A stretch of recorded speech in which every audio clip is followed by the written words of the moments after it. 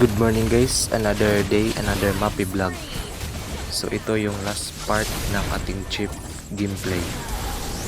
So ito nga, in the mid of clashing, na-take down ako.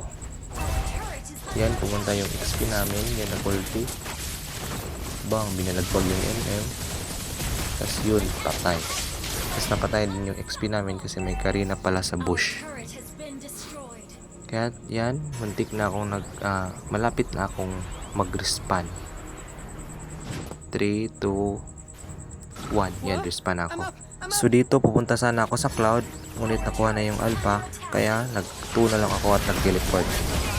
Dito, gusto ko sanang agawin yung lord. Ngunit hindi ko nakuha. Pero nakuha ng kakampi kong mage. Kaya sa amin yung lord. At malaking advantage na yun para sa game.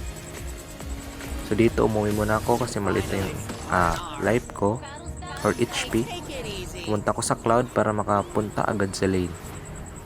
Yan. Tamang tingin-tingin lang sa bush. Hide lang sa bush para mag-ambush. Yun, walang dumating na kalaban. At hanggang dito lang ako magbo-voice over. Panoorin nyo na lang ang full series episode or last part ng ating chip gameplay. Hanggang ito ay manalo. Thank you.